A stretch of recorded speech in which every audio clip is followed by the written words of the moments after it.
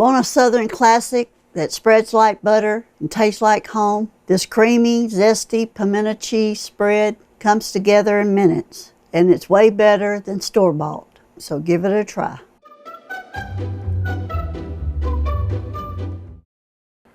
Hey y'all, welcome to Aunt Sandy's Kitchen. Today we are going to be making the real deal pimento cheese bread. You can put it on sandwiches, crackers, or just eat it with a spoon. So come with me and I'll show you how to make it. In the ingredients, I've grated up 2 blocks, 8 ounces, 16 total, of cheddar extra-sharp cheese. Now you gotta grate it up, it's gotta be fresh. It won't be as creamy or tasty. I've got an 8-ounce block of cream cheese, softened. I've got a 1/2 cup of mayonnaise, whatever brand you like.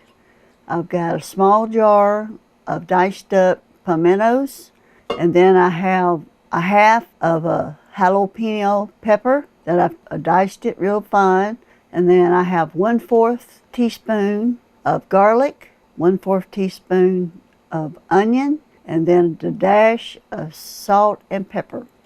Then I'm gonna mix it up gently till it's all mixed up.